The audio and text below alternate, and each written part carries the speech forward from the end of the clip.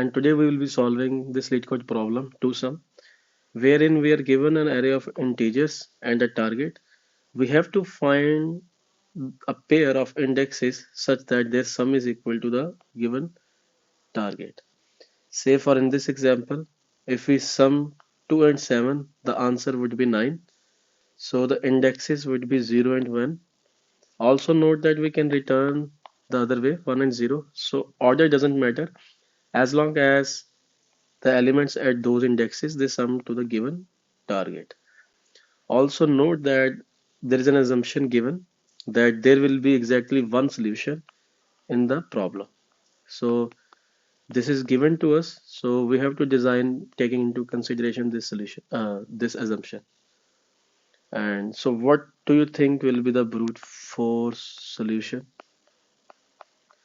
Uh, to think of brute force, let me give you another example.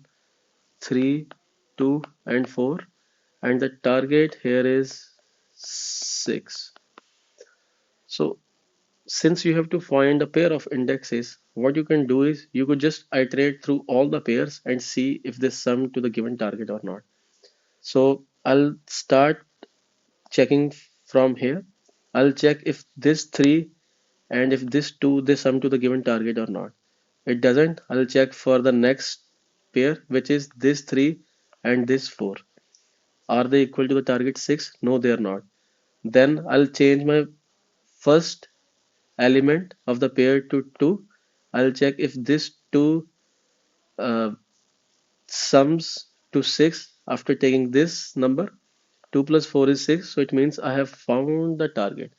So if you notice, I'll just iterate through all the pairs, and to iterate through all the pairs, I'll have to run a loop from 0 to n minus 1 and another loop all the way from I plus 1 to n minus 1, and if at any time the elements at these indexes they sum to the given target, it means I have found the solution, and I could just print I and j here, right? So it means I have found the solution. So what do you think will be the time complexity of this solution? If you notice, I am running two loops. The first one from all the way from 0 to n minus 1, so the complexity is n. The other one also goes from I plus 1 to n minus 1, so its complexity is n. So the time complexity is O of n square, and the space complexity is O of 1, as I'm not using any space in this solution. So can we do better than this? What do you think? I'll take the same example here, and I'll try to see what's the repetition that I'm doing in the brute force. So let's say when we are at 4 or when we are at 2, let's say we are at 2 and our target is 6. So basically now we need to know what should we add to 2 so that the target gets to 6. So let's say when we are at 2, we know the target is 6 and we need to add 4 more to the 2 so that it becomes 6. And we can check that if the 4 exists before this 2 in my array or not. If it exists, then it means that I can make the sum equal to 6. Otherwise, there is no such solution if I take one of the pair index as this one, right?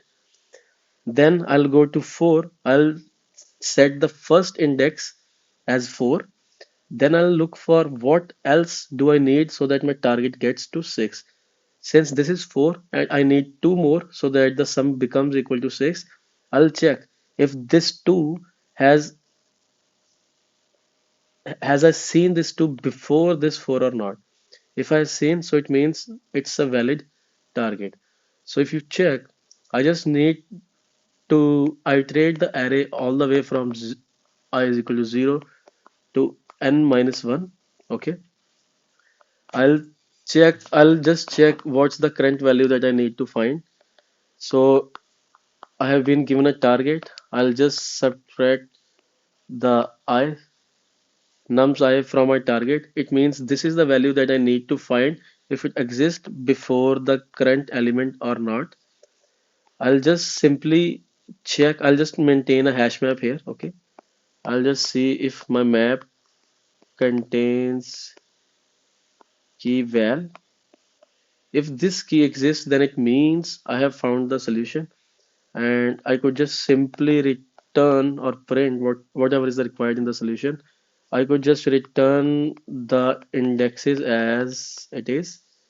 So the first index could be either I or like whatever is coming from here. I'll be storing in this map, I'll be storing key value pair where the key would be the num I, and the value would be the index. So when I found this target, it means that I could just return I and map dot get val, which is the solution.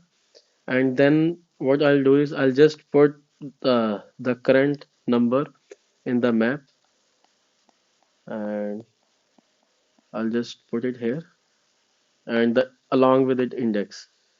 So this way, what I'll be doing is if I go to uh, the first test case, which was 2, 7, 11, 15, and the target was 9, I guess. Yes. So what I'll do is I'll loop from 0 to n minus 1. I'll start from 2.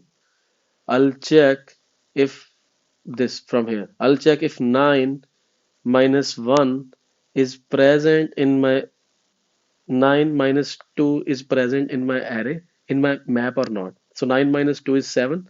Has I seen 7 before? No, I haven't seen. So I'll just put this 2 in my map.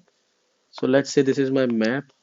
This is key, this is value. I'll put just 2 key, add value 0. All right. Then I'll jump to the next element, which is 7. And now 9 minus 7 is 2. And I'll just check if this 2 is present in my map or not. Since you can see that 2 is present in my map, I'll just simply return the index of this 2, which is 0, and the index of this 7, which is 1, which is my answer in this case. So if you notice, the time complexity here would be of n, as I'm just running a single loop from 0 to n minus 1, and the space complexity would be of n, because in the worst case I'll be storing all the elements in my map, and there could be n elements, so the space complexity is of n. So this solution is better than the previous solution where the time complexity was of n square. So this is all. Hope you guys can solve this question. I could also show you this question on the Leetcode. Just let me see if I could find that question. Yeah. So if you see here, uh, I'm at the Leetcode website. I'll just use the same approach which I just mentioned. I'll just create a hash map where the key is integer and the value is also integer. All right. So here I have created a map. I'll just run a loop from 0 to the last element, and I'll create one value target, one variable val, where I'll be saying what value I need to find in my hash map. So if my map contains key val, so it means I have found a solution, right? So I can just simply return that solution, which is I map dot get val, and then I have to put this value, whatever I have seen in my map, along with it index. And in the last case, if there is no solution, I could just simply return anything, and this will not happen because it says that there will be exactly one solution, so there will be no such case. Let me submit it. Yep, I think it will get submitted as all the test cases are running. Yeah, as you can see, this code passes. So If you found this video helpful, kindly like this video and subscribe to my channel. I'll be posting more videos of such questions. Thank you so much. Have a great day.